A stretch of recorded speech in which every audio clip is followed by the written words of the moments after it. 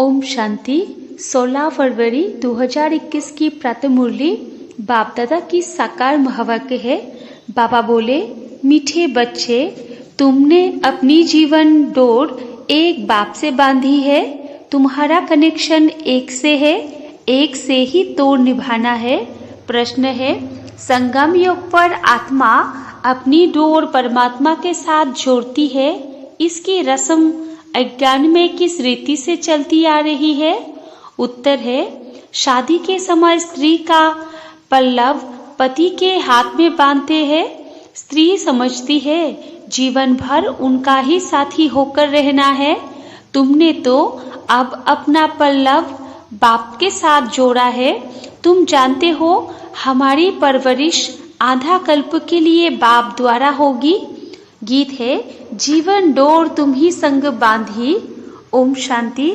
देखो, गीत में कहते हैं जीवन डोर तुमसे बांधी।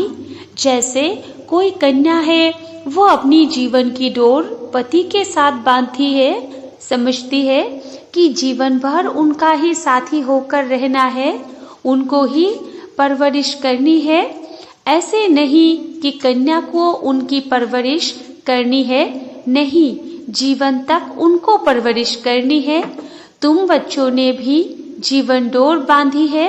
बेहद का बाप कहो, टीचर कहो, गुरु कहो, जो कहो, यह आत्माओं की जीवन की डोर परमात्मा के साथ बांधने की है। वो है हद की स्थूल बात, यह है सूक्ष्म बात। कन्या के जीवन की डोर पति के साथ बांधी जाती है, वो उनके घर जाती है। देखो, हर एक बात समझने की बुद्धि चाहिए। कलयुग में है सब आसुरी मत की बातें। तुम जानते हो हमने जीवन की डोर एक से बांधी है। तुम्हारा कनेक्शन एक से है, एक से ही तोड़ निभाना है, क्योंकि उनसे हमको बहुत अच्छा सुख मिलता है। वो तो हमको स्वर्ग का मालिक बनाता है। तो ऐसे बाप की श्रीमत पर चलना चाहिए। यह है रूहानी डोर। रूह ही श्रीमत लेती है।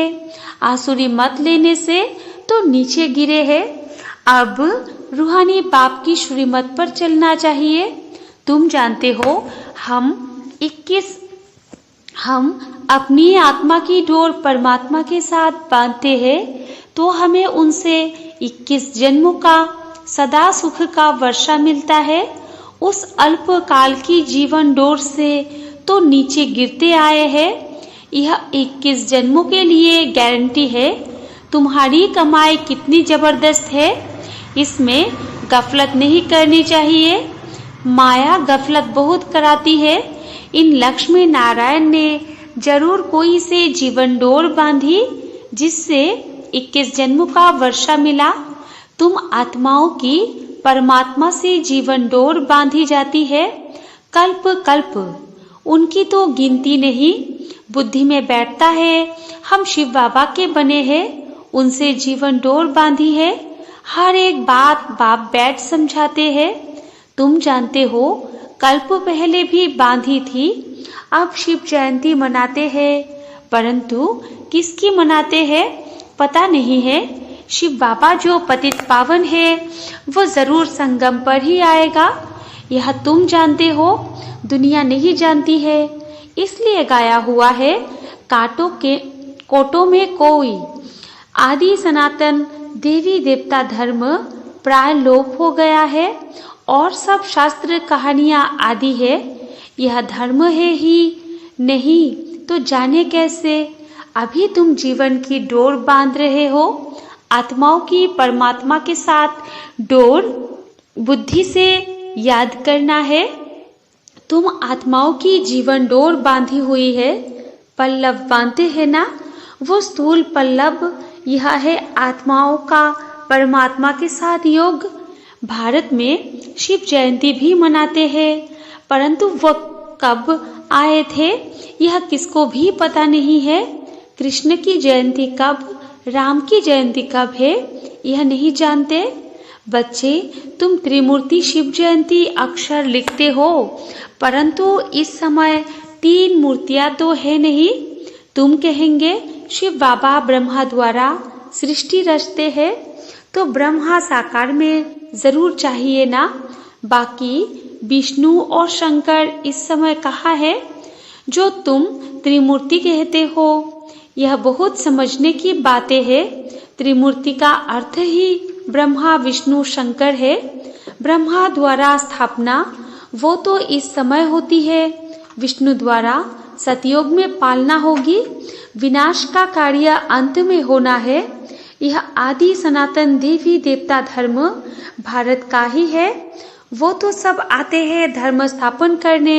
हर एक जानता है यह धर्म स्थापन किया और उनका संबत यह है, फलाने टाइम फलाना धर्म स्थापन किया।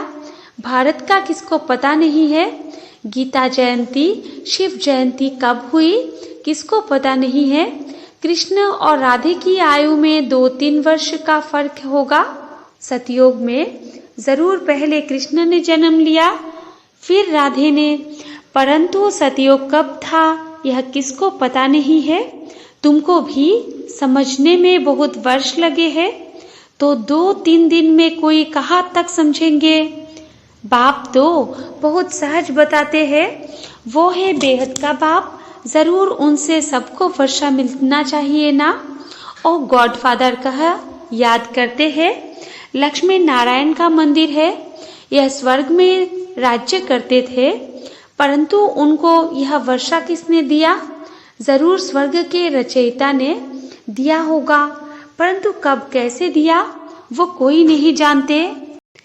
तुम बच्चे जानते हो जब सतयुग था और कोई धर्म नहीं था। सतयुग में हम पवित्र थे, कलयुग में हम पतित थे, तो संगम पर ज्ञान दिया होगा। सतयुग में नहीं, वहाँ तो प्रारब्ध है, जरूर अगले जन्म में ज्ञान लिया होगा। तुम भी अब ले रहे हो। तुम जानते हो आदि सनातन देवी देवता धर्म की स्थापना बाप ही करेगा। कृष्ण तो सतयुग में था, उसको यह प्रारब्ध कहाँ से मिली? लक्ष्मी नारायण ही राधे कृष्ण थे, यह कोई नहीं जानते हैं। बाप कहते हैं जिन्होंने कल्प पहले समझा था वही समझेंगे। यह सैपलिंग लगता है, मोस्ट स्वीटेस्ट झाड़ का कलम लगता है। तुम जानते हो आज से 5000 वर्ष पहले भी बाप ने आकर मनुष्य से देवता बनाया था। अभी तुम ट्रांसफर हो रहे हो, पहले ब्राह्मण बनना है। बाजुली खेलते हैं ना तो चोटी जरूर आएगी। बरोबर हम अभी ब्राह्मण बने हैं, यज्ञ में तो जरूर ब्राह्मण चाहिए। यह शिव व रुद्र का यज्ञ है, रुद्र ज्ञान यज्ञ ही कहा जाता है। कृष्ण ने यज्ञ नहीं रचा। इस रुद्र ज्ञान यज्ञ से विनाश ज्वाला प्रज्वलित होती है। यह शिव बाबा का यज्ञ पतितों को पावन बनाने के लिए है। रुद्र शिव बाबा निराकार है, वो यज्ञ कैसे रचे? जब तक मनुष्य तन में न आए, मनुष्य ही यज्ञ रचते हैं। स्थूल सूक्ष्म व मूल वतन में यह बातें नहीं होती। बाप समझाते हैं यह संगम योग है।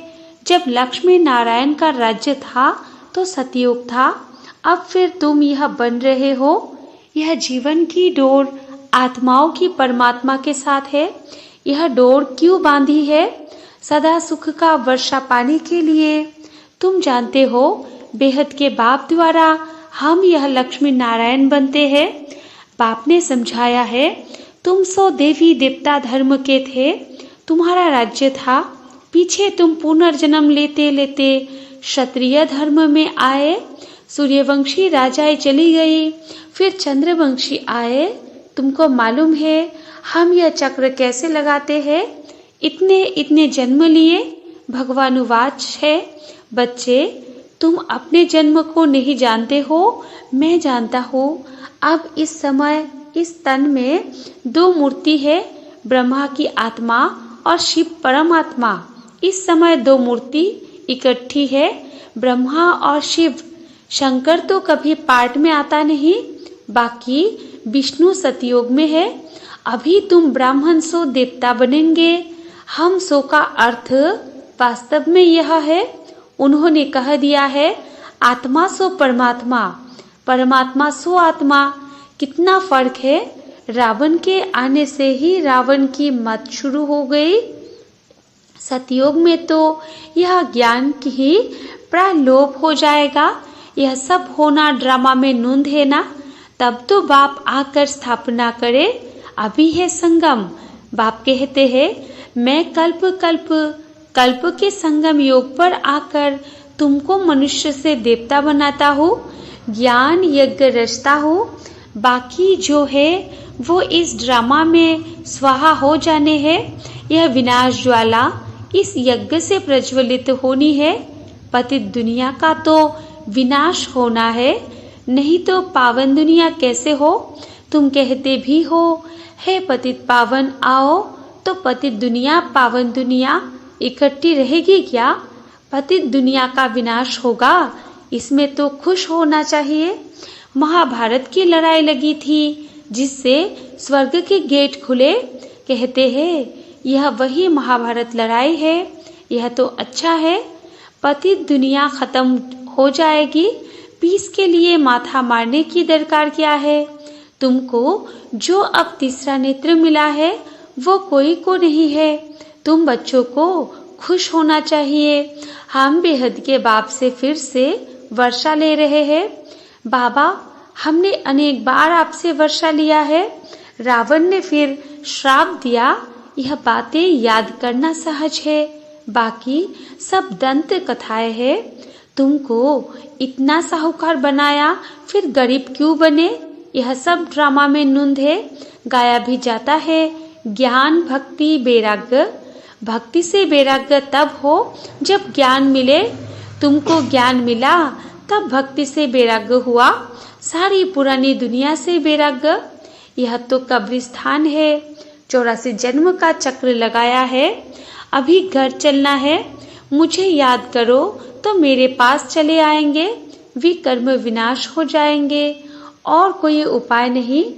योग अग्नि से पाप भस्म होंगे, गंगा स्थान से नहीं होंगे। बाबा कहते हैं माया ने तुमको फूल माना मूर्ख बना दिया है। अप्रैल फूल कहते हैं ना। अभी मैं तुमको लक्ष्मी नारायण जैसा बनाने आया हूँ। चित्र तो बहुत अच्छे हैं। आज हम क्या है, कल हम क्या होंगे। परंतु माया कम नहीं है। माया डोर बांधने नहीं देती, खींचातान होती है। हम बाबा को याद करते हैं, फिर पता नहीं क्या होता है, भूल जाते हैं। इसमें मेहनत है, इसलिए भारत का प्राचीन योग मशहूर है। उन्हों को वर्षा किसने दिया, यह कोई समझते नहीं है। बाप कहते हैं बच्चों मैं तुमको फिर से वर्षा देने आया हूँ। यह तो बाप का काम है। इस समय सब नर्कवासी है। तुम खुश हो रहे हो। यहाँ कोई आते हैं, समझते हैं तो खुशी होती है। बरोबर ठीक है। 84 जन्मों का हिसाब है। बाप से वर्षा लेना है। बाप जानते हैं आधा कल्प भक्ति करके तुम थक गए हो। मीठे बच्चे, बाप तुम्हारी सब थक दूर करेंगे। अब भक्ति अंधियारा मार्ग पूरा होता है। कहा यह दुखधाम, कहा वो सुखधाम। मैं दुखधाम को सुखधाम बनाने कल्प के संगम पर आता हूँ। बाप का परिचय देना है। बाप बेहद का वर्षा देने वाला है। एक की ही महिमा है। शिव बाबा नहीं होता तो तुमको पावन कौन बनाता। ड्रामा में सारी नूंद है। कल्प कल्प तुम मुझे पुकारते हो कि हे पतित पावन आओ। शिव की जयंती है। कहते हैं ब्रह्मा ने स्वर्ग की स्थापना की, फिर शिव ने क्या किया। जो शिव जयंती मनाते हैं कुछ भी समझते नहीं है। तुम्हारी बुद्धि में ज्ञान एकदम बैठ जाना चाहिए। डोर एक के साथ बांधी है तो फिर और कोई के साथ नहीं बांधो, नहीं तो गिर पड़ेंगे। पारलौकिक बाप मोस्ट सिंपल है, कोई ठाट बाट नहीं। वो बाप तो मोटरों में एरोप्लेन में घूमते थे। यह बेहद का बाप कहते हैं मैं पतित दुनिया पतित शरीर में बच्चों की सेवा के लिए आया हूँ। तुमने बुलाया है हे अविनाशी सर्जन आओ। आकर हमें इंजेक्शन लगाओ, इंजेक्शन लग रहा है। बाप कहते हैं योग लगाओ तो तुम्हारे पाप भस्म होंगे। बाप है ही 63 जन्मों का दुख हरता, 21 जन्मों का सुख करता। अच्छा, मीठे मीठे सिकिला देव बच्चों प्रति माता पिता बाप दादा का याद प्यार और गुड मॉर्निंग। रूहानी बाप की रूहानी बच्चों को नमस्ते और हम रूहानी बच्चों की रूहानी माता पिता बाप दादा को भी याद प्यार गुड मॉर्निंग और नमस्ते नमस्ते नमस्ते। धारणा के लिए मुख्य सार 1 नंबर पॉइंट है, अपने बुद्धि की रूहानी डोर एक बाप के साथ बांधनी है, एक की ही श्रीमत पर चलना है। 2 नंबर पॉइंट है, हम मोस्ट स्वीटेस्ट झाड़ का कलम लगा रहे हैं, इसलिए पहले स्वयं को बहुत बहुत स्वीट बनाना है। याद की यात्रा में तत्पर रह, विकर्म विनाश करने हैं। वरदान है, सर्व खजानों को विश्व कल्याण प्रति योज करने वाले सिद्धि स्वरूप भव। विस्तार है, जैसे अपने हद की प्रवृत्ति में, अपने हद के स्वभाव संस्कारों की प्रवृत्ति में बहुत समय लगा देते हो, लेकिन अपनी ही अपनी प्रवृत्ति से परे अर्थात उपराम रहो और हर संकल्प, बोल, कर्म और संबंध संपर्क में बैलेंस रखो तो सर्व खजानों की इकोनॉमी द्वारा कम खर्च वाला नशीन बन जाएंगे। अभी समय रूपी खजाना, एनर्जी का खजाना और स्थूल खजाने में कम खर्च वाला नशीन बनो। इन्हें स्वयं के बजाय विश्व कल्याण प्रति यूज करो तो सिद्धि स्वरूप बन जाएंगे।